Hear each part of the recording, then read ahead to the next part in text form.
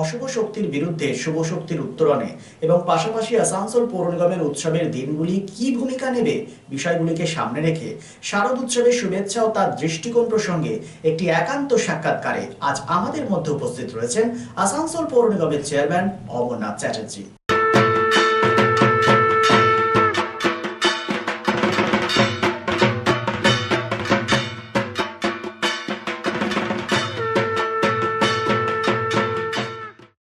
পুজোর আবহাওয়া শুরু হয়ে গেছে, উৎসব মুখরিত আসানসোল গোটা রাজ্য। প্রথমে আপনাকে বলবো, যে সমস্ত ক্লাব সংগঠনগুলো ধারাবাহিকভাবে এই শারদ উৎসবের আয়োজন করছে, তাদের একটা সামাজিক দৃষ্টিভঙ্গি থাকা দরকার। কি বার্তা দেবেন সেই সমস্ত ক্লাব সংগঠনগুলোকে যারা এই পুজোর আয়োজনটা করে? তাদের সামাজিক দৃষ্টিভঙ্গিতে, তাদের বৃহত্তর সামাজিক অর্থে কি করণীয় রয়েছে?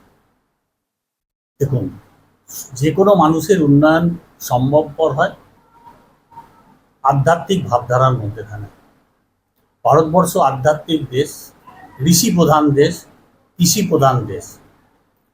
তো মাটির সঙ্গে যুক্ত মানুষ যারা আছে তারা নিশ্চয়ই চেষ্টা করবে যে মানুষের উপকার করতে, মানুষকে ভালোবাসতে, মানুষের প্রেমের বার্তা দিতে, এবং সেই বার্তার মধ্যেখান দিয়ে যাতে মানুষের উন্নয়ন হয়, মানুষের পাশে থাকা যায়, সেটাই হবে। আমরাও সেটা সমস্ত ক্লাবকে বলবো। এবং আসানসোলে আমরা দেখি যে বিভিন্ন ক্লাব বিভিন্ন রকমভাবে মানুষকে সাহায্য করার চেষ্টা করে, বস্ত্র বিতরণের মাধ্যমে, কোনো জায়গায় খাওয়ানোর মাধ্যমে, কোনো জায়গায় যদি কেউ কোনো রকমভাবে আর্থিক সহায়তা চাই, এই সমস্ত ক্লাবগুলো করে সারা বছর।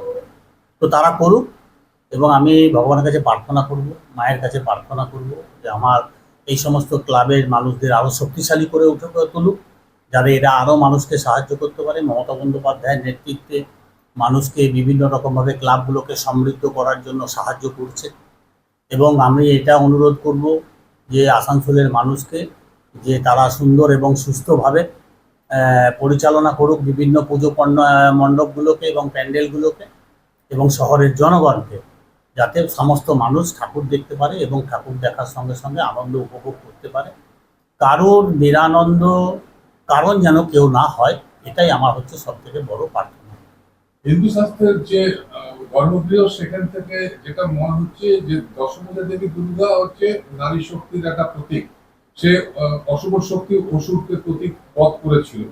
তো আজকে তাকে আমরা দিনের পর দিন ধারাবাহিকভাবে তার আমরা উত্তরসূরি, আমরা ধারকবাহক, আমরা পুজো করে যাচ্ছি, উৎসব পালিত করছি। কিন্তু আপনাকে মনে হচ্ছে না এই অশুভ শক্তিটা তো বারবারন্ত, অশুভ শক্তিটা বারবারন্ত প্রতিরোধ করার জন্য ওয়ে আউট কি, দিশাটা কি? দেখুন, মানুষের চেতনা জাগাতে হবে, মানুষকে চেতনা জাগতে হবে, মানুষকে ভালো ভালো কাজ করতে হবে, পবিত্রতার মধ্যে থাকতে হবে, সংস্কারের মধ্যে থাকতে হবে, সত্যের সঙ্গে থাকতে হবে। আগামীকাল গান্ধীজির জন্মদিন, অহিংস পরম ধর্ম এই মন্ত্রের বুদ্ধের দীক্ষিত হওয়া মানুষকে উচিত। তবেই কিন্তু মা দুর্গা যেটা চেয়েছিলেন যে অসুর দমন হোক, সেই অসুর দমন হবে। বর্তমান পরিস্থিতিতে একটা অংশ বলছে আমরা পুজো করব কিন্তু উৎসবে সামিল হব না, এই বিষয়টা কিভাবে দেখছেন?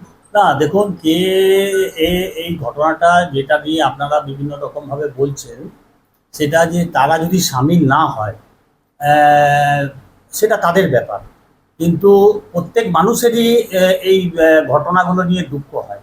আজকে একটা পাহাড় থেকে গাড়ি পড়ে গেল, যেমন মনে হয় যে গাড়িটা পড়ে গেল, কত লোক আহত হয়ে গেল।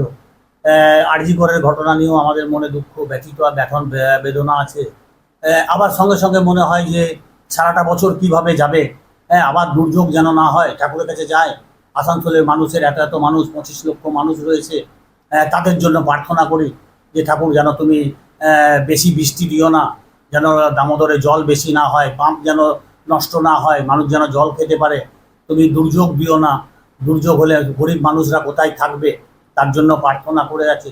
একে একে অপরের সমস্ত কিছু পরিপূরক, তাই সমস্ত কিছু নিয়েই আমাদের থাকতে হবে। পুজোর দিনগুলোতে আসানসোল কর্পোরেশন কিভাবে মানুষের পাশে থাকবে? পুজোর দিনগুলো আমাদের একটা কন্ট্রোল রুম খোলা থাকবে, সেখানে সমস্ত রকমের সাহায্যের জন্য আমরা থাকি এবং থাকবো। এবং সেখানে রাস্তাঘাট রিপেয়ার হচ্ছে, আলোর ব্যবস্থা হচ্ছে, প্রত্যেকটি পুকুরের ঘাট রিপেয়ার হচ্ছে, জেনারেটর থাকবে বিভিন্ন জায়গাতে।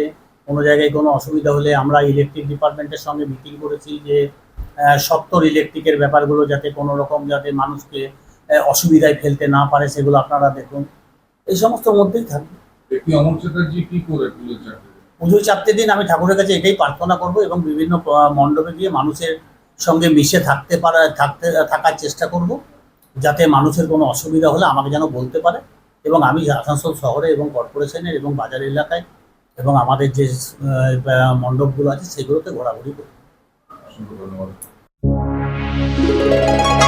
ভ্রমণ পিপাসুদের জন্য সর্বাধুনিক সুবিধাযুক্ত ট্যুরিস্ট বাস পরিষেবা নিয়ে আপনাদের কাছে, আপনাদের পাশে রব্বা ট্রাভেলস।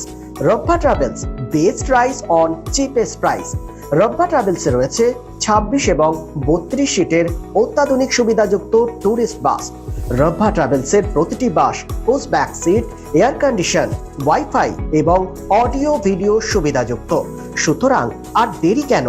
আপনার ভ্রমণকে আরামদায়ক করতে এবং সুরক্ষিত রাখতে আজই যোগাযোগ করুন রব্বা ট্রাভেলস আসানসোল। ফোন নম্বর 7872790000। जब आपको किराने के सामान और दैनिक आवश्यक वस्तुओं के लिए हलचल भरे बाजार से निपटना हो तो हर दिन एक चुनौती की तरह महसूस हो सकता है। भीड़ भरी बसों में यात्रा करने, भारी बैग के साथ संघर्ष करने और एक दुकान से दूसरी दुकान पर जाने की कल्पना कीजिए। लेकिन रुकिए, अगर कोई बेहतर तरीका होता तो क्या होता? टीओज ऐप, आपकी अंतिम सुविधा आपकी उंगलियों पर। घरेलू किराने के सामान से लेकर पालतू भोजन, सब्जियां, डिटर्जेंट और भी बहुत कुछ, सब कुछ बाहर निकले बिना ऑर्डर करें। यस, ये इतना ही आसान है। टीओज ऐप जल्दी आपके शहर में लॉन्च हो रहा है। इसी बीच अपना ऑर्डर हमें व्हाट्सएप के माध्यम से दें या हमें 7384253434 पर कॉल करें।